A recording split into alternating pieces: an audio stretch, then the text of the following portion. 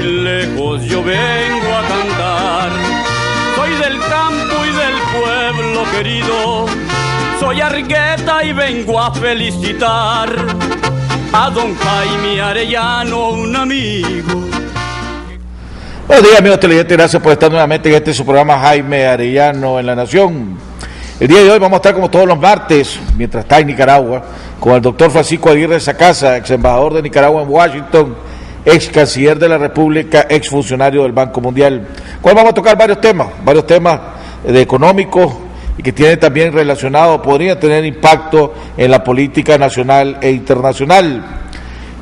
Antes sí de entrar con ellos, y va a ser parte de la conversación que vamos a tener con él el día de ayer, el Fondo Monetario Internacional, a través de su directora, Cristina Lagarde, pronosticó que la economía de los Estados Unidos iba a contraerse un tercio de lo que tenían pronosticado para este año. Eso es la contracción más grande desde que tuvo la crisis financiera en los años 2007. ¿Qué impacto va a tener eso con el resto de las economías mundiales? Si la economía más grande del mundo se va a contraer alrededor de un tercio, ¿qué impacto va a tener en Nicaragua?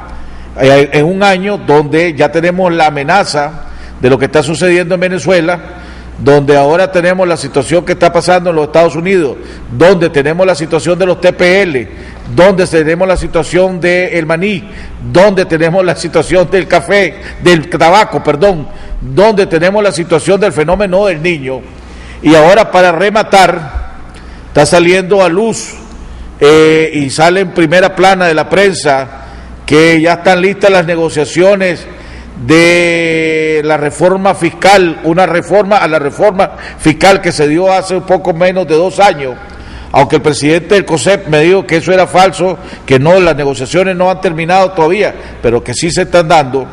Hombre, ¿qué podrá venirse para Nicaragua? Vamos a estar hablando de esto con el doctor Aguirre Sacasa.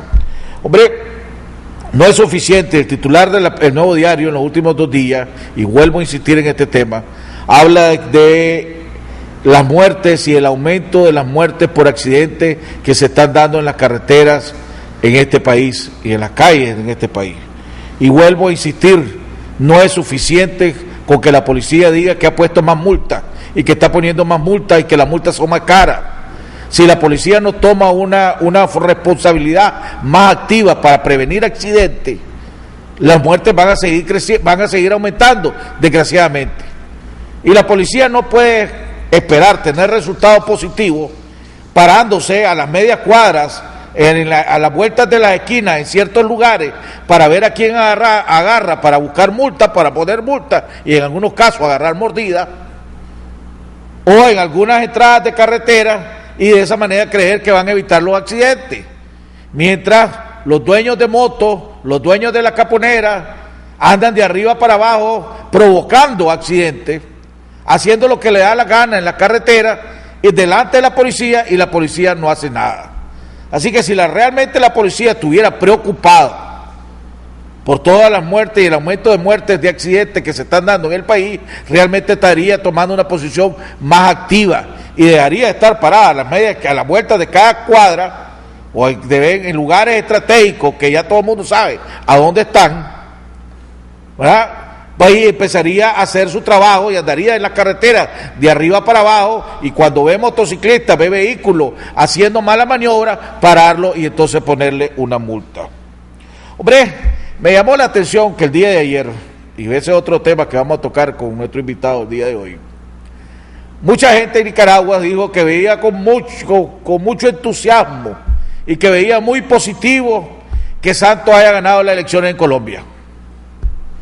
Yo creo que después de la conferencia de prensa que dio ayer el presidente Santos y la entrevista que le dio a Patricia Llenó en CNN, donde dejó bien claro que no va a acatar el fallo de la Corte de La Haya, que no va a haber ninguna negociación con Nicaragua y que no va a cambiar la situación y el punto de vista de Colombia con Nicaragua. Yo no sé si a estos expertos que el día de ayer se hablaron con una enorme alegría y que vieron muy positivo el triunfo de Santos, hombre, van a seguir con esa posición.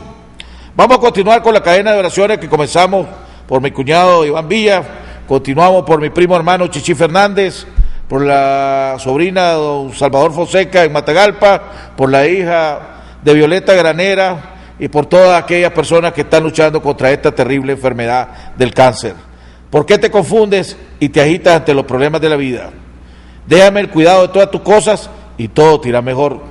Cuando te abandones en mí, todo se resolverá con tranquilidad según mis designios. No te desesperes. No me dirijas una oración agitada como si quisiera exigirme el cumplimiento de tu deseo. Cierra los ojos del alma y dime con calma: Jesús, yo confío en ti. Evita las preocupaciones y angustias y los pensamientos sobre lo que pueda suceder después. No estropees mis planes queriéndome imponer tus ideas. Déjame ser Dios y actuar con libertad. Abandónate confiadamente en mí, reposa en mí y deja en mi mano tu futuro. Dime frecuentemente: Jesús, yo confío en ti. Lo que más daño te hace es tu razonamiento y tus propias ideas y querer resolver las cosas a tu manera. Cuando me dices: Jesús, yo confío en ti, no sea como el paciente que le pide al médico que lo cure, pero le sugiere el modo de hacerlo. Déjate llevar en mis brazos divinos, no tengas miedo, yo te amo. Si crees que las cosas se empeoran o se complican a pesar de tu oración, sigue confiando. Cierra los ojos del alma y confía. Continúa diciéndome a toda hora: Jesús, yo confío en ti. Necesito las manos libres para poder obrar. No me ates con tus preocupaciones inútiles. Satanás quiere eso: agitarte, angustiarte, quitarte la paz. Confía solo en mí todas tus angustias y duerme tranquilamente. Dime siempre: Jesús, yo confío en ti, y verás grandes milagros. Te lo prometo por mi amor. Vamos a un cambio y regresamos con nuestro invitado, el doctor Francisco Aguirre Sacasa.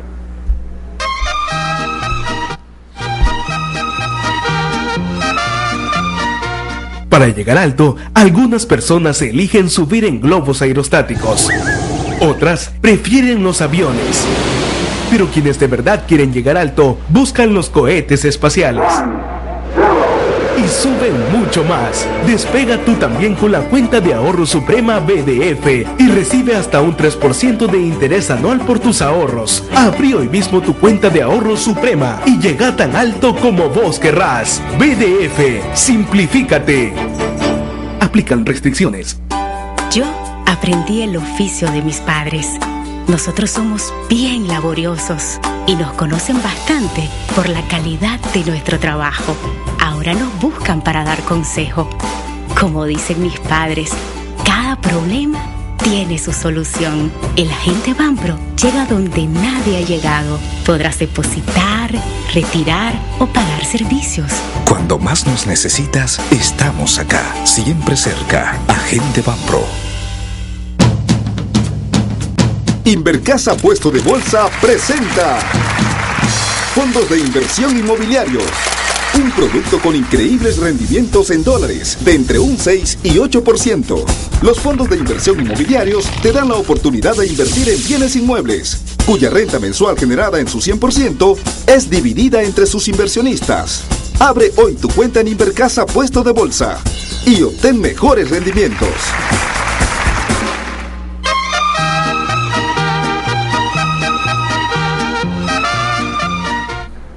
Bueno, estamos de regreso en la segunda parte. Antes de entrar con nuestro invitado, el doctor, quiero recordarles que los amigos de la Conferencia Episcopal de Nicaragua y la Cámara de Comercio y Servicios de Nicaragua, que se llama ahora, que preside nuestro amigo Chendo Mayorga, están invitando a una conferencia el día de mañana a beneficio de las horas pastorales de los obispos, que estará impartida por Monseñor Silvio Báez. Será una conferencia que será en el Hotel Holiday Inn a partir de las 6:30 de la tarde, mañana miércoles 18 de junio. El ticket de la entrada vale $50, pero es para una excelente causa, así que invito a todos aquellos que puedan ir, tengan los recursos, en vez de irse a parrandear un día, hombre, ayuden a una causa noble. Doctor Aguirre, bienvenido al programa. Tenemos mucho que hablar. Muchísimo, y poco tiempo. Pero ya vi que le está ofreciendo 1:30 o 2 horas a 4 a debatir la situación económica del país. Ahora que se convirtió chistosamente, el doctor Vidaure y el doctor Oscar de Vargas han dicho que el país no va por buen camino. Y entonces la vez pasada tuve aquí al presidente del COSEP y dijo todo lo contrario, porque no era como debería ir, pero que va por buen camino. Entonces, una de esas, hablando con José Adán, le dije, hombre, ¿por qué no hacemos un programa? Te voy a invitar a Oscar René y a Noel, y vos llegás con alguien más. Entonces se me ocurrió, le digo yo, hombre, si vos y César Zamora son los que están yendo a los Estados Unidos a ayudar a vender a Nicaragua, hombre, pues voy a invitarlo a ustedes dos, y voy a invitar a Oscar René y a Noel para oír dos puntos de vista diferentes del mismo sector. Así que ¿ya te aceptaron los cuatro? Oscar René, Noel y José Adán sí aceptaron. Ajá. Solo estamos poniéndonos de acuerdo con el día. Y César, que me imagino que José Adán ya le había dicho a César. Mañana sabré porque lo tengo de invitado. Okay. Espero hacerlo antes de que se vayan, sí, para la actividad que tienen la semana que viene, que mañana lo tengo precisamente para hablar de eso, que es uno de los temas que quiero tocar con usted. Hombre, vamos a salir de eso. Usted me decía que esa actividad, que es la semana que viene, van a haber 3 expositores: José Adán Ejerri, presidente del COSEP; Álvaro Altodano, Copro Nicaragua, y usted invitado por la oposición. Pero el día del lunes decía Oscar René que usted había dicho que usted no iba a hablar por la oposición porque usted no es opositor. Entonces, déjame aclararle, le digo yo, voy a aclarar esto con el doctor Aguirre. Esa es la como está, ¿verdad? O se dan como el COSEP, Álvaro Altodano por el gobierno y una visión de la oposición. Yo diría que yo voy en mi capacidad de un libre pensador, una persona que obviamente no comparte la visión de gobierno o de gobernabilidad que tiene el gobierno actual. Yo no sé honestamente por qué me invitaron a mí. Me imagino que en primer lugar la gente de la Cámara o el Consejo de las Américas y los nicaragüenses piensa que es importante tener más balance en las presentaciones que se están haciendo allá, porque los que van a este tipo de cosas, y en este caso estamos hablando de empresarios importantes norteamericanos, porque la Cámara de Comercio de los Estados Unidos tiene vínculos muy estrechos con el Consejo de las Américas, y además ese grupo pequeño de latinoamericanistas conocen bastante bien la realidad nicaragüense, así como conocen la realidad de la mayoría de los países de Latinoamérica. Entonces yo creo que cuando ellos escuchan presentaciones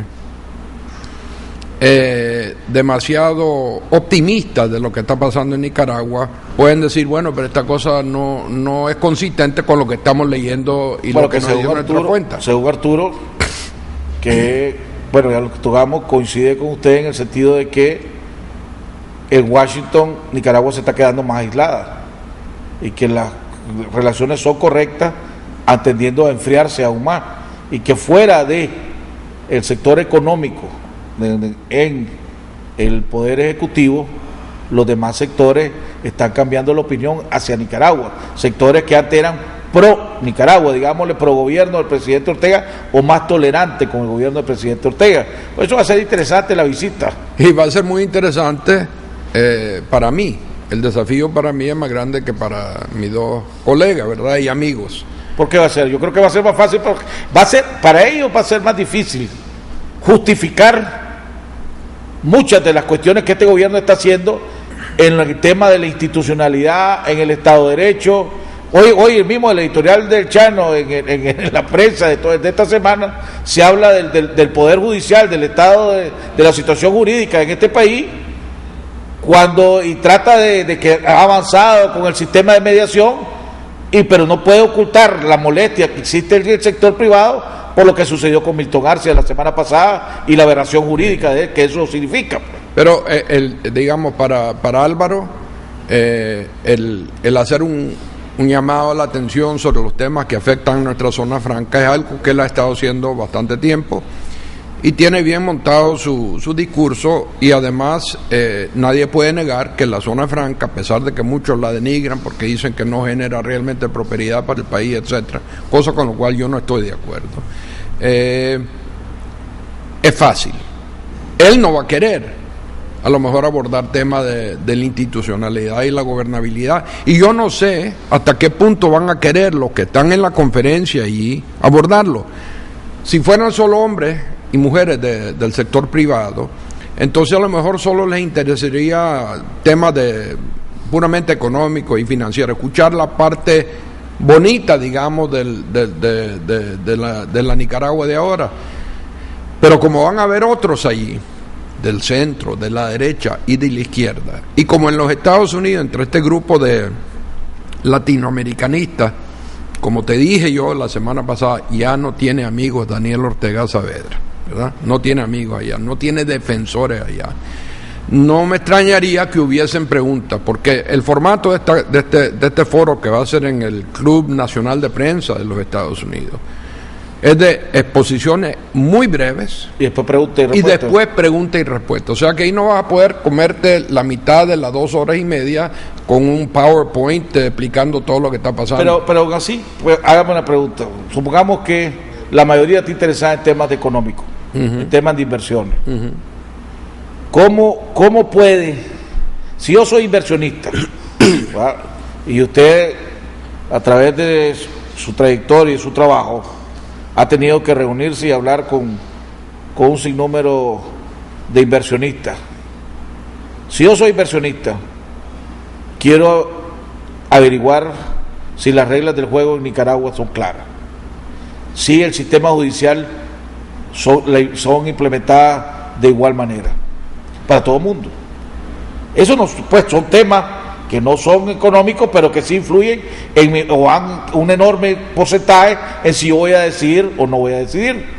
Entonces, y si hay posibilidad o no de que la estabilidad y la gobernabilidad se mantengan en ese país.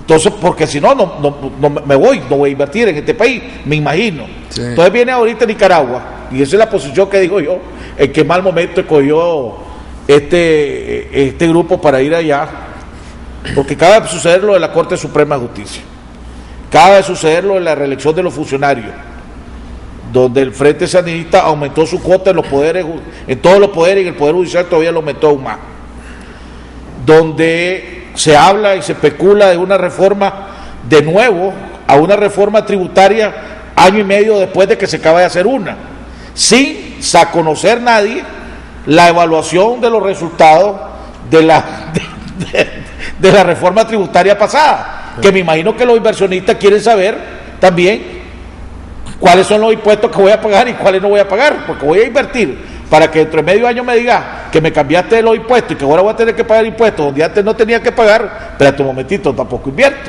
Sí. Entonces no es el mejor momento para ellos ir ahorita. Mira, yo diría que es una de las últimas oportunidades que tiene Nicaragua de tratar de alguna manera de vender el tema de los TPL.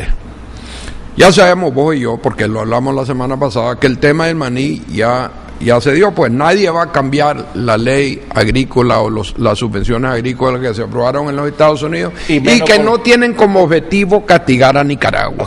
Eso es una cosa que tiene como objetivo beneficiar a los maniceros de los Estados Unidos. Lo de los puros todavía podría a lo mejor influenciarse, a como lo hicimos cuando yo estaba en la Comisión Económica, cuando era presidente de la Comisión Económica. Me acuerdo que hubo una cosa similar a esta, y trabajamos con Alejandro Martínez Cuenca y otras personas para ir a frenar un intento norteamericano de ponerle limitaciones, pongámoslo así, a las exportaciones de pura a Nicaragua, y se logró desactivar eso en su momento. El TPL es más problemático, porque, como yo te dije la semana pasada, no está necesariamente el Ejecutivo norteamericano, y mucho menos el Congreso, en un plan de favorecer y de ayudarle y de hacerle favores a Nicaragua en este momento. Y el único país de Centroamérica que va a ser afectado por esta cuestión de los TPL es Nicaragua, porque en realidad Nicaragua fue premiado por su nivel bajo de ingresos per cápita y todo con los TPL que salieron o que nos dieron a nosotros. Ya sé que te está entrando un chat allí. No. Pero lo que te quiero decir, Está bien la noticia. yo no te quiero decir que va a ser fácil para ellos. Pero para mí, me extraña en primer lugar que Oscar René o Noel hayan dicho que no soy opositor. Yo no sé si ellos... No, que usted había dicho que no iba en carácter de oposición, representando a la oposición. Bueno, yo no sé honestamente en qué carácter piensan ellos que yo voy, pero yo voy en mi carácter de liberal y de persona que no comulga con los aspectos de gobernabilidad de este gobierno. Pero también le doy a César lo que es de César, ¿verdad? Que me lleva, toquemos el tema de la economía en el país. Usted mismo acabamos de tocar varios temas. Los Estados Unidos, está el tema del maní, que eso es irreversible. Está el tema de los puros, que dice que a lo mejor se puede revertir. Está el tema de los TPL, que lo ven muy difícil que le den la extensión a Nicaragua de los TPL. Es más, en el análisis que salió del Fondo Monetario de ayer, el día de ayer, habla inclusive de los Estados Unidos están pensando si real, porque ya se daba por un hecho que los TPP que le iban a dar para el lado oriente, no lo iban, que ya se daba por un hecho que iban a ser aprobados, lo van a congelar para proteger la economía norteamericana. Aquí en Nicaragua, sequía. Vemos la situación en Venezuela que se va a complicar, se sigue complicando. Vemos la economía de los Estados Unidos con el pronóstico del Fondo Monetario que usted mismo en los comentarios que ayer me mandó salía que quería tocar el tema, 33% menos el crecimiento de los Estados Unidos, que nos va a afectar a nosotros. Entonces el panorama económico para Nicaragua se mira complicado. Y si a eso le agregamos una reforma tributaria que se están negociando entre el gobierno y el sector privado, que veo difícil que se vaya a conseguir un consenso, porque el gobierno, me imagino que va a buscar plata para compensar lo que está perdiendo de Venezuela.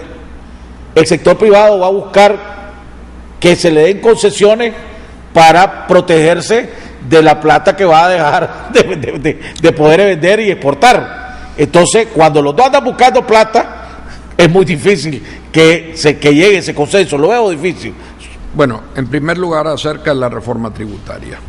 Antes de entrar en una visión más global del tema económico de Nicaragua, yo desconozco las interioridades de eso. Todo el mundo las desconoce. Sí, no, pero es que han salido muchas especulaciones, que van a haber exoneraciones para yates y cuestiones así, dique de los ricos, etcétera. Lo que yo me imagino que está motivando al gobierno de Nicaragua es un deseo de continuar dándole un manejo prudente, estable a la economía oficial nicaragüense. Y me refiero a la oficial porque todo lo que es el sector informal anda por afuera, ¿verdad? Que es una buena parte de la economía nicaragüense.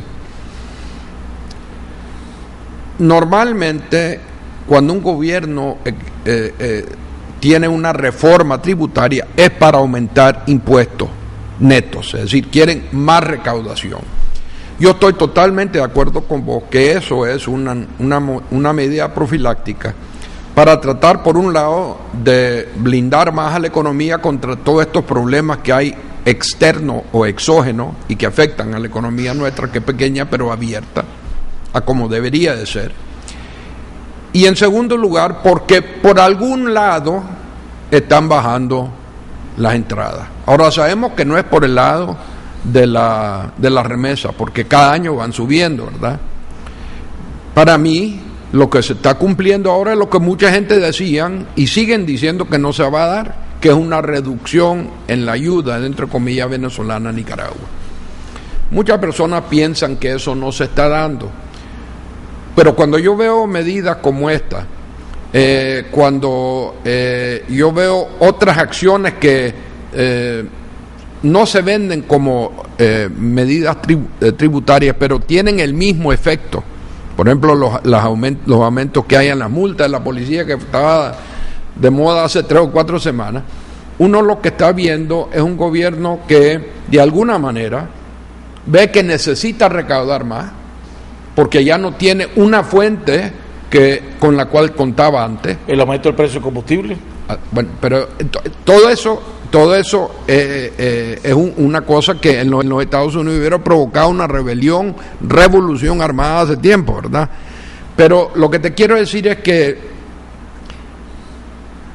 detrás de todo esto tiene que haber un intento de compensar para una disminución en la ayuda venezolana. Ese es mi análisis. Ahora, ¿qué es lo que quiere el COSEP en todo esto?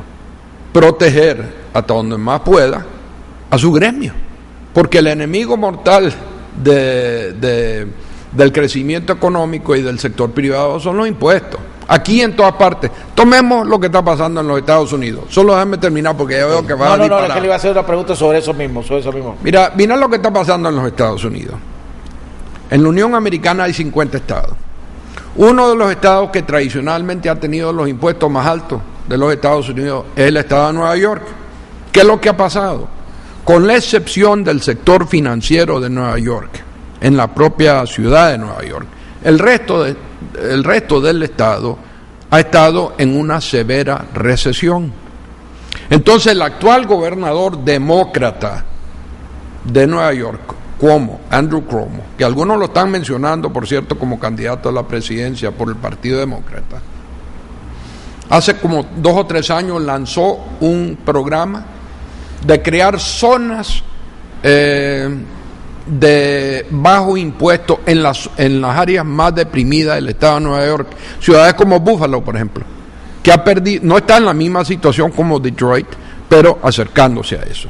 Y entonces tienen una campaña masiva de publicidad escrita, radial, televisiva, en toda la nación, para atraer a inversionistas, ofreciéndoles 10, 15 años sin pagar impuestos estatales.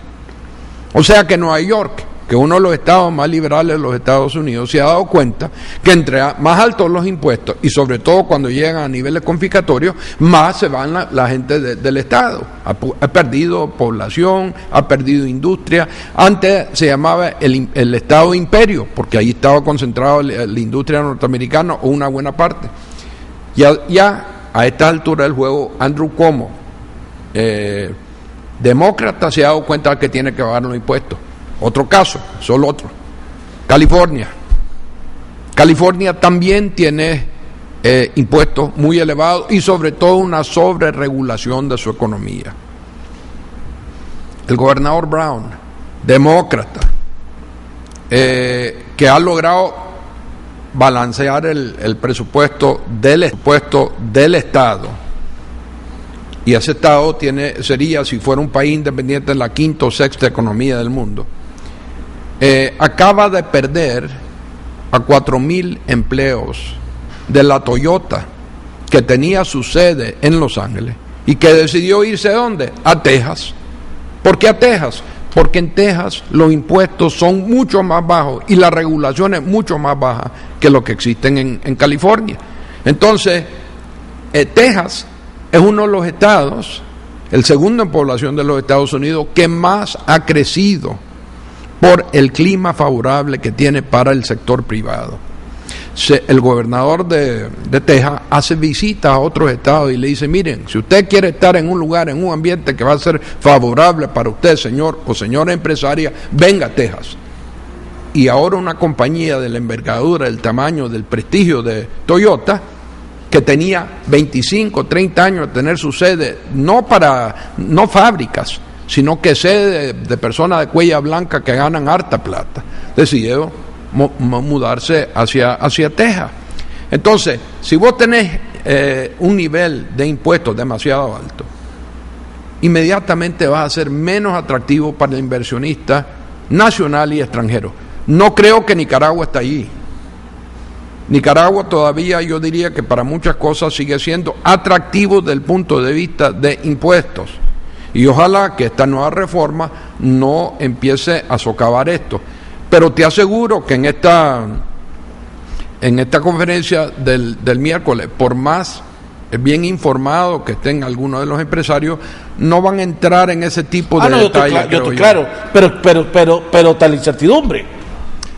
Bueno, pero tal incertidumbre, o sea, y la incertidumbre te dicen, y la gran pregunta que aquí es, y aquí va a tener que responder, no veo cómo no responda José Adán o no responda el gobierno. ¿Cómo pueden estar negociando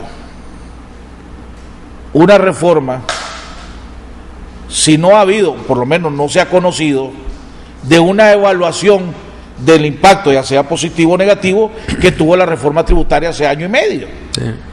O sea, ¿cómo puedes decir que es necesario hacer cambios si no me has demostrado que esa reforma hizo daño o no hizo daño? Sí. Bueno, yo me imagino que tienen datos, porque te repito, si no tuvieran datos, no estarían recurriendo a este tipo de reforma, el gobierno, porque obviamente esto no creo yo que nazca de una iniciativa del COSEP. El COSEP lo que está tratando de hacer, me imagino yo, porque no he hablado con José sobre este tema, es ver cómo se defiende o defiende a su gremio en contra de esta pechada que viene del gobierno. Ahora, antes de ir al cambio, si el Fondo Monetario dice que la economía de los Estados Unidos va a decrecer en un 33%, ¿qué impacto va a tener eso? Si es que va a tener algún impacto en la economía de Nicaragua. Bueno, primero quiero aclarar que no estamos hablando de una contracción en la economía, aunque eso se dio en el primer trimestre de este año, y lo comentamos la semana pasada. En el primer trimestre de este año, en lugar de crecer la economía, tuvo una contracción del 1%. Cuando vos hablas de ese 33%, lo que estás diciendo, ¿no?, es que en lugar de crecer en un 2,8%, casi 3%, digamos, va a crecer solo en un 2%. O sea que todavía va a haber crecimiento en la economía norteamericana, pero va a ser muy débil, a como ha sido el crecimiento en la economía norteamericana en toda la recuperación que ha tenido en los años después del colapso en 2008, ¿verdad? Ha sido la recuperación más lenta, más débil, de todos los puntos de vista, menos la bolsa, por ser privilegiada, por tener tasa de interés de prácticamente 0%. Ha sido el único, digamos, sector que ha sido beneficiado realmente de una manera importante, y los bancos también, porque recibieron enormes donaciones prácticas o préstamos a 0% de interés como parte del programa de recuperación económica. Pero lo que ha sido bueno para Wall Street no necesariamente ha sido bueno para Main Street en lugares como Culpeper, porque yo quiero ser famoso en este país a través de tu programa. Entonces, lo único que está haciendo la Lagarde, a mi criterio, primero es reconociendo una realidad matemática, que lograr el 2,8% cuando en el primer trimestre tuviste una contracción del 1% es difícil. Pero segundo, yo pienso que el Fondo Monetario, que acaba de dar a conocer el resultado de su consulta de artículo 4 con los Estados Unidos, contrario a lo que pasa aquí en Nicaragua, tiene un diálogo entre iguales, o si hay asimetría, la asimetría favorece al Tesoro norteamericano y al Banco Central de los Estados Unidos. ¿Por qué? Porque los Estados Unidos es el accionista más importante del fondo, no va a llegar al fondo a regañar a los norteamericanos.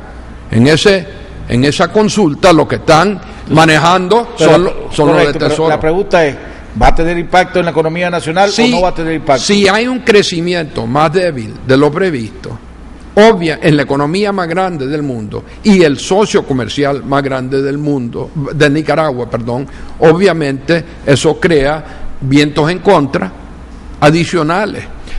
¿Te acordás que yo te dije que yo pensaba que nuestra economía iba a crecer entre el 3,5 y el 4%? Yo no estaba tomando en cuenta, por cierto, los efectos de una eventual sequía que ojalá no se dé. Y te digo ojalá no se dé porque el otro día me cayeron unas lindas lluvias, por fin, en mi finca. Pues eso es lo esperado. Después dice que se para y vuelve a llover. Bueno, ojalá no se pare. Pero si la economía mundial sigue como está ahorita, débil, con la excepción de unos cuantos países, porque la mayoría de los BRICS están mal ahorita. Es decir, los BRICS son estos países, economías grandes de países disque en vía de desarrollo. Rusia, prácticamente cero crecimiento. La India, su crecimiento ha bajado de una manera importante. Sudáfrica también. China.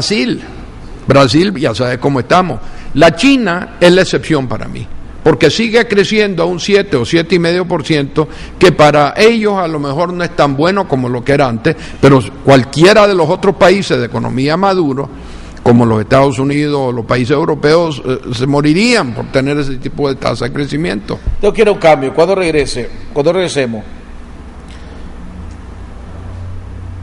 sí, soy Nicaragua, tengo la amenaza de la sequía, tengo la amenaza de la situación en Venezuela, tengo la situación con los Estados Unidos de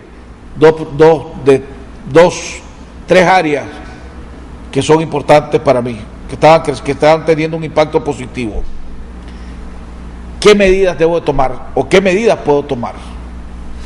Porque por el otro lado vemos que que va creciendo la inconformidad y la molestia en un pueblo por la carestía de la vida, y la gente dice ya no me da para pagar, tal punto que el frijol, por ejemplo, como muestra, 26 Córdoba la libra amaneció el día de hoy. No hay manera de hacerlo. ¿Cómo puedo balancear? ¿Qué puedo hacer para balancearlo? ¿Y cómo puedo llegar a un acuerdo si necesito plata para que mi socio no se arreche conmigo cuando le voy a tener que tocar la bolsa, y en este caso al sector privado, al COSEP? Vamos a un cambio y regresamos con nuestro invitado, el doctor Francisco Aguirre Sacasa.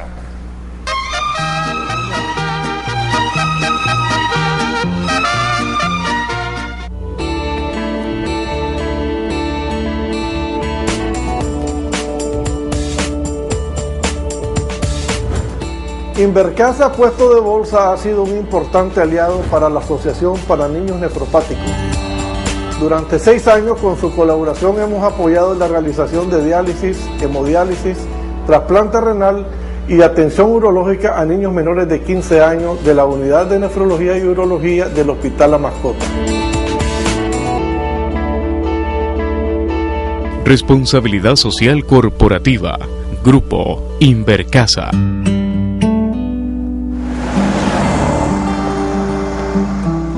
La totalmente nueva Nissan Pathfinder está equipada con todo lo que esperas en un vehículo para 7 pasajeros. Pero tiene algo que nadie espera: independencia. Es darle la posibilidad a 7 personas de compartir el mismo camino, pero escoger su propio viaje. Totalmente nueva Nissan Pathfinder. Independencia en cada viaje. Nissan. Innovation that excites.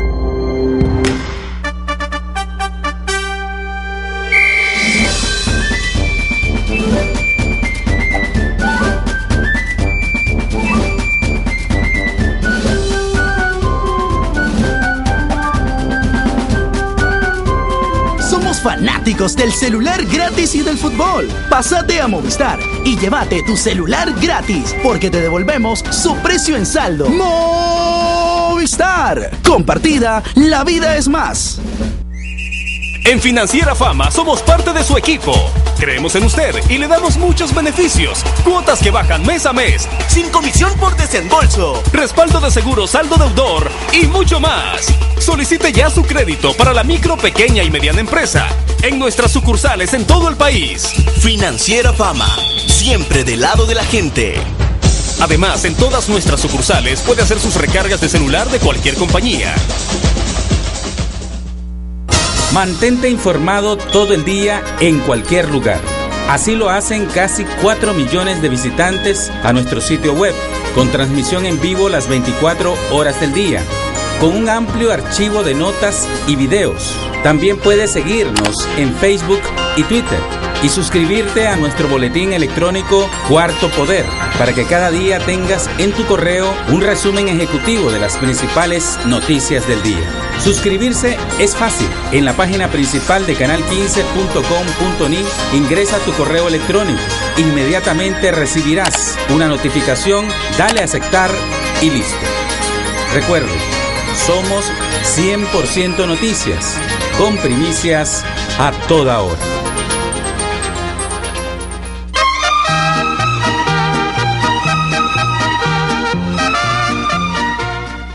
Bueno, estamos de regreso en la recta final del programa con nuestro invitado, el doctor Francisco Aguirre Sacasa. Doctor, ¿qué medida puede tomar el país? ¿Qué medida puede tomar el país alrededor de lo que vemos, probablemente sequía? Los precios de nuestros principales productos todavía siguen bajos. El café subió, pero todavía sigue relativamente bajo.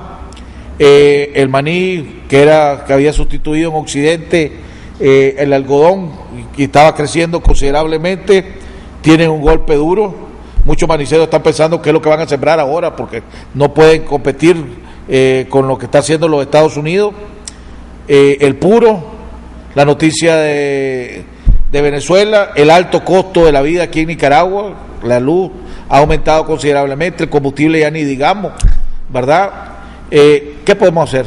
Bueno, mira, vos acabas de presentar muchos de los problemas coyunturales que tenemos nosotros ahorita, y los está poniendo en una situación negra, digamos.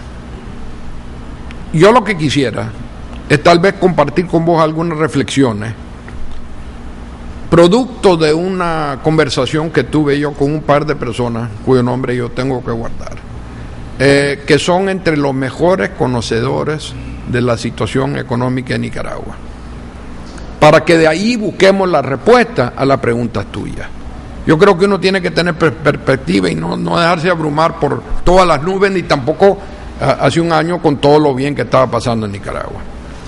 Y lo que me motivó a tener esa conversación, honestamente te lo confieso, es un debate que vos tuviste con Noel y Oscar René hace 2 semanas, en que vos estabas en una discusión muy tirante, vos alegando que las cosas estaban mejor de lo que acabas de pintarla, y ellos diciendo que la situación en Nicaragua no estaba buena, ¿te acordás? Entonces, me senté con esta persona y por 4 horas nosotros analizamos qué realmente está pasando en el país. Empecemos con esta primera afirmación. Nicaragua, como te dije hace unos segundos, tiene un manejo macroeconómico prudente. Nadie esperaba que Daniel iba a venir en ese plan económico cuando él asume el poder. Todo el mundo a lo mejor pensando que íbamos a volver al populismo de los años 80, o el tipo de populismo que está llevando a la Argentina, y ojalá tengamos la oportunidad de hablar sobre la crisis de ellos antes de cerrar ahora el programa, a la ruina, porque Argentina está de cara a un segundo corralito, un segundo desplome como en el año 2001. Por eso viste esa presentación histérica de la Cristiana Kirchner el otro día en una reunión de los 134 grupos de 77, o como ustedes lo digan, llamen, ¿verdad? Pero a pesar de todo lo que hemos estado aplaudiendo, el crecimiento de 4, 5, 4,5, 4,75% anual, con excepción del año 2008, o 2009, cuando tuvimos una contracción del 3% severa, Nicaragua no está creciendo como debería de crecer, primera conclusión, porque estamos partiendo de una base muy baja. ¿Te acuerdas que te acabo de decir que los países de Europa y de los Estados Unidos quisieran tener los crecimientos que tiene la China? Sí. La China logró dar ese salto cualitativo y cuantitativo porque empezó de cero. Heredó el señor Zhou Enlai la economía que le dio Mao Zedong, que la tenía totalmente en la lona al país, teóricamente uno de los países más ricos del mundo. El comunismo no funciona y el socialismo no funciona. Segunda afirmación. Pero Nicaragua debería de poder crecer mucho más rápidamente, a como lo hizo en los 25 años entre 1975 y 1950, cuando nuestro crecimiento anual, porque empezamos de la nada, andaba por el 7 y 8% anualmente. Y estábamos creciendo 2 veces y medio más rápidamente que los Estados Unidos durante ese periodo de 25 años. Entonces, con este manejo prudente y todo, ¿cómo estamos? Seguimos siendo el segundo país más pobre en términos per cápita de Latinoamérica. Y nuestra economía, en su tamaño, sigue siendo menor en tamaño que la de Haití. Te vi en esa discusión, por cierto, que tuviste con Oscar René y con Noel, diciendo, bueno, pero es que nosotros estamos creciendo mucho más rápidamente que El Salvador, ¿te acordás? Sí. Pero veamos la situación. No, que comparado con El Salvador, que creció el 1%. Sí, pero ¿cuál es la situación de El Salvador? Primero es el pulgarcito, el país con menos riqueza en cuanto a tierra y otros factores importantes, agua, que es un tema que está muy de moda ahora también, que Nicaragua. Y sin embargo tienen dos veces nuestro PIB, y están jugando en otra liga. Ellos están tal vez estancados o creciendo lentamente, pero están en otro peldaño, en otra liga de desarrollo a nosotros. Y el mejor ejemplo de eso lo vi el día que estuve en el aeropuerto de El Salvador, esperando que terminase la lluvia allá para poder volar a Managua. O sea que tienen una maquila en el aeropuerto de El Salvador. Tienen 2 o 3 hangares enormes, llenos de aviones, de Air Canada, de Southwest, de JetBlue, etcétera, y de United y Continental, en donde le están, en los menores de los casos, cambiando, digamos, la pintura de afuera, pero también dándole mantenimiento. Esto es una cosa que he hablado con Álvaro. Mientras nosotros estamos con arneses y con ropa, ellos ya están reparando aviones de las principales compañías de Norteamérica y cambiándole la pintura a ellos cuando, por ejemplo, United compró a Continental. Entonces todos los aviones Continental le están poniendo los colores y cuestiones de United. Nosotros quisiéramos estar ahorita donde ya está El Salvador. Yo no te quiero decir con eso que el 1% de crecimiento para El Salvador es suficiente, pero lo que estoy diciendo es que con un 4% nosotros nos va a tomar décadas llegar a donde está El Salvador ahora, y décadas llegar a donde está Honduras, y décadas llegar a donde está Panamá y Costa Rica. Entonces nosotros tenemos que partir de la base de que lo que hemos hecho es bueno, sobre todo comparado a los años 80, pero lejos de ser lo que debería y lo que puede hacer Nicaragua. Hay otro tema que surgió en ese coloquio. Nicaragua es un país altamente vulnerable, por eso te dije yo, cualquier problema con nuestros socios puede tener un tremendo impacto en nosotros. Y hay una cifra que te le he dado a vos, pero no sé si los televidentes se han percatado de lo dañino que es esta cifra. El déficit de cuenta corriente de Nicaragua para el año 2014, este año, va a ser igual al 13% del PIB de Nicaragua. El elemento principal, o uno de los elementos principales de esto, es la balanza comercial. Y te menciono esto porque muchas veces vos ves titulares en la prensa y en el Nuevo Diario diciendo Nicaragua alcanza niveles récord de exportaciones. Pero la verdad es que nosotros exportamos y seguimos exportando mucho menos de lo que importamos. El déficit de cuenta corriente promedio de Latinoamérica es de 2,4%. Y nosotros tenemos un 13% de déficit, mucho más elevado que los Estados Unidos y mucho más elevado que cualquier otro país latinoamericano del mundo, punto. Entonces, ¿y ese déficit se va aumentando o se va disminuyendo? Se va aumentando. Y la reserva de Nicaragua, que muchos decimos que alcanzan también a niveles récord, solo son igual al 3,5 meses de nuestras importaciones, que es la prueba del ácido, digamos, de que si son lo suficientemente altas o no. Hace 2 o 3 años eran igual a 5 meses de nuestras importaciones. No te quiero decir, no quiero ser alarmista con esta cifra. Dice que se ha reducido. Ha habido una reducción usando ese patrón de medición, que es el que que se usa y he usado toda mi vida cuando yo trabajaba en el Banco Mundial. Yo quiero ver cómo están las reservas de un país. Lo primero que pregunto es cuántos meses de importaciones cubren. Repito, para que no vaya a tener un infarto Ovidio. No quiere decir que no son todavía adecuadas, pero no son lo suficientemente robustos como para sentirnos satisfechos, así como tenemos que estar muy, muy cuidadosos con ese nivel de déficit en cuenta corriente. Muy, muy abierta nuestra economía, pero también muy, muy vulnerable. Ahora, ¿qué hacer? ¿Cuáles son las causas de esto?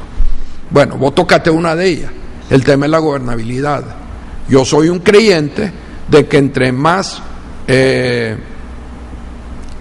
transparencia hay en un país, entre más respeto hayan a reglas del juego que son compartidos por la sociedad en general, en la medida que hay un pacto social y económico dentro de la gran familia nicaragüense, que todo el mundo crea que es adecuado, o por lo menos con el cual todo el mundo estaría satisfecho, las posibilidades de lograr inversiones nacionales e internacionales aumentaría sensiblemente.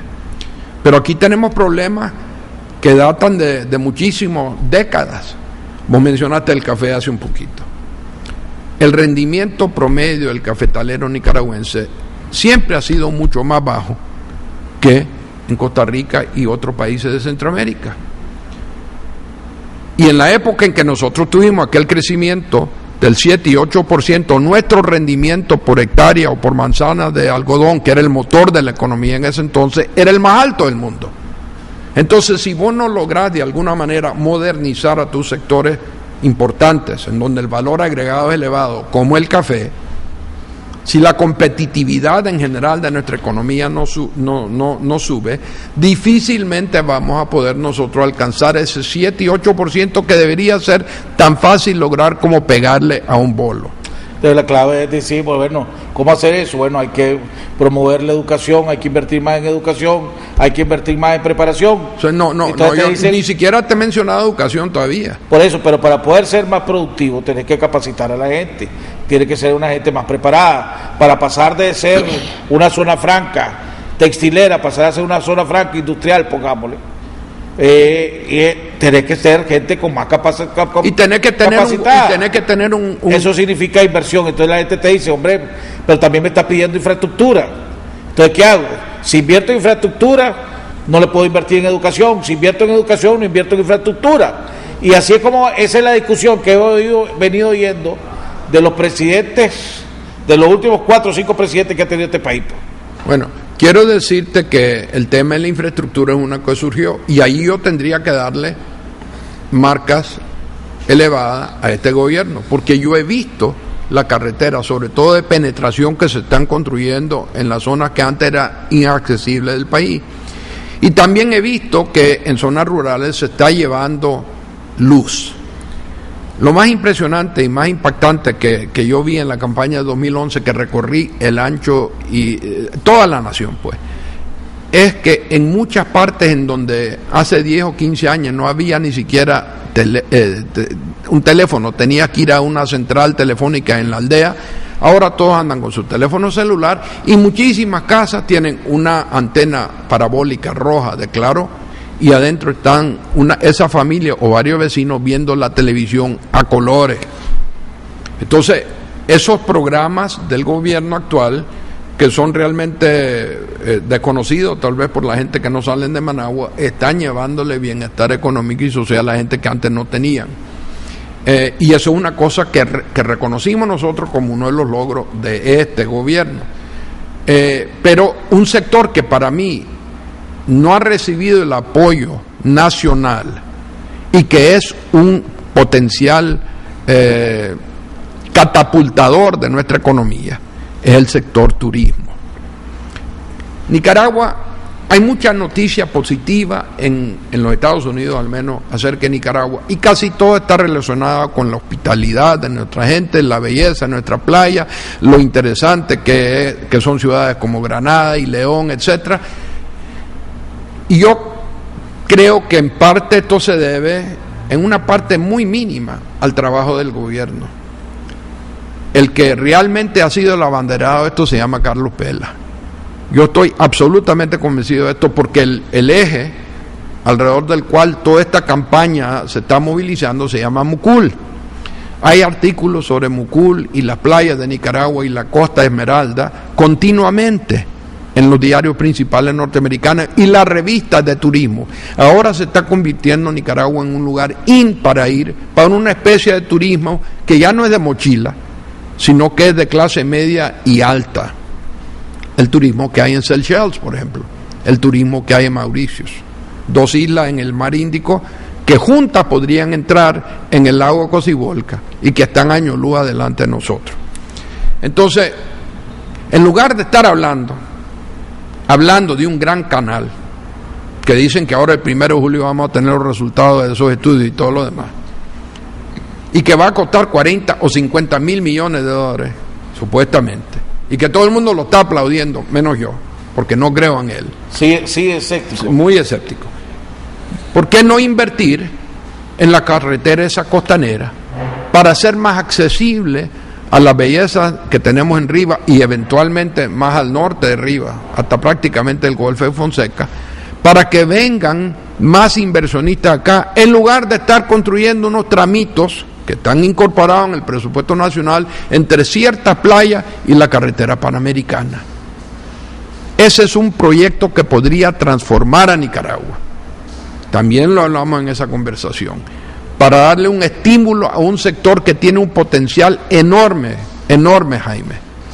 Nosotros no deberíamos de tener 2 canchas de golf de 18 hoyos, deberíamos de tener 10 o 15, no solo para que vos disfrutes jugándolas todas, sino que porque el turista que nosotros deberíamos de tratar de atraer acá, le gusta el golf. Le gusta.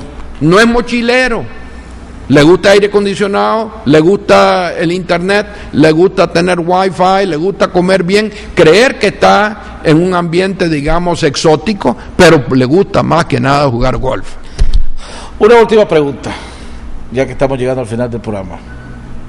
La semana que viene no lo vamos a tener aquí porque va a estar en esa actividad en Washington, que va a hacerte preguntas y respuestas, una exposición. Principalmente. ¿Qué es lo mejor? Bueno, y lo más peligroso. César Zamora ha dicho que en Washington la idea de todo esto es para que no oigan, que en Washington solo se está oyendo la voz de aquellos extremistas. Decía, esas son las palabras que usa César. Ciertos sectores que han oído, pongámosle, entre comillas, esos extremistas, según César, le preguntan a usted, en Nicaragua, si tuviera que valorar el Estado de Derecho, del 1 al 10, siendo el 1 más bajo y el 10 más alto, ¿cuánto lo valoraría? Esa es la misma pregunta que me hiciste la semana pasada y que te la contesté. ¿Cuánto lo llevo? ¿Cuánto?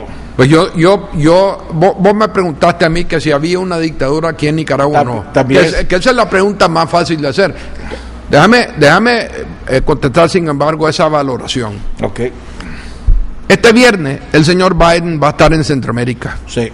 No va a estar en Nicaragua. No va a Guatemala para... ¿Reunirse con quiénes?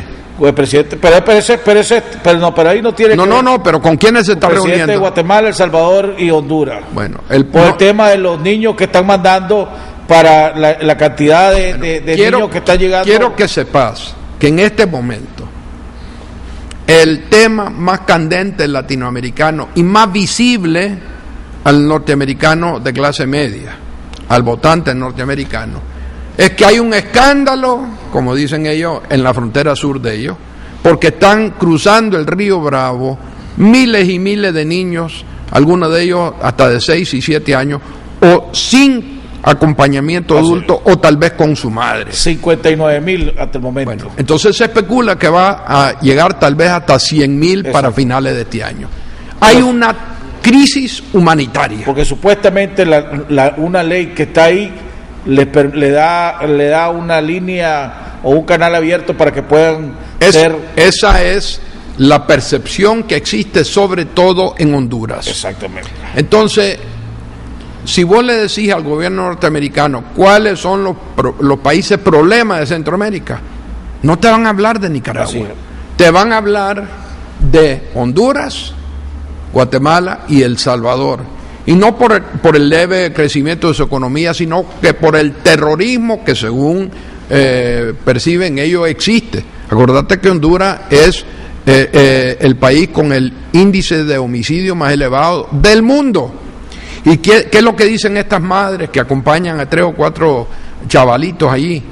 Nosotros estamos huyéndonos de la violencia.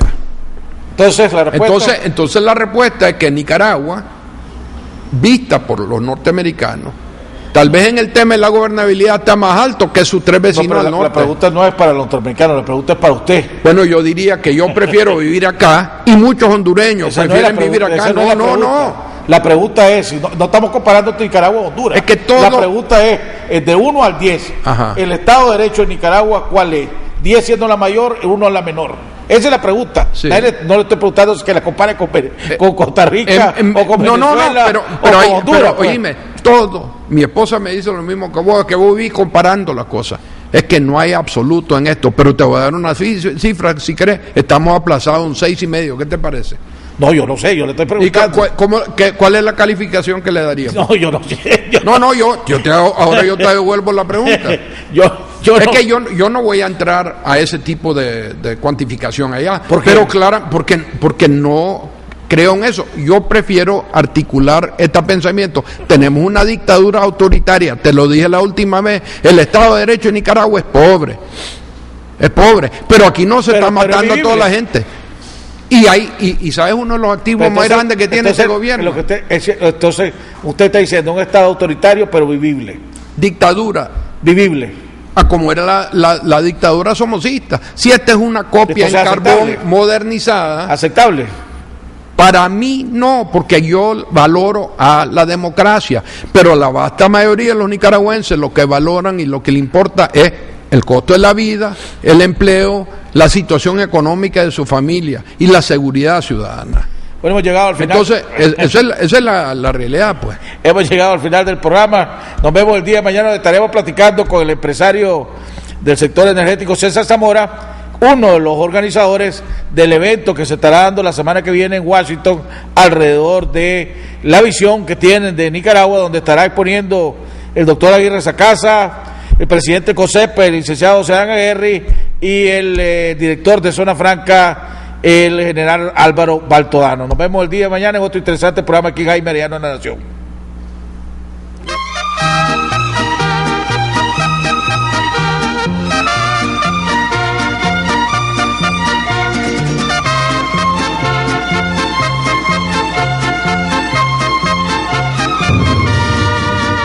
De muy lejos yo vengo a cantar, soy del campo y del pueblo querido, soy Argueta y vengo a felicitar a don Jaime Arellano, un amigo.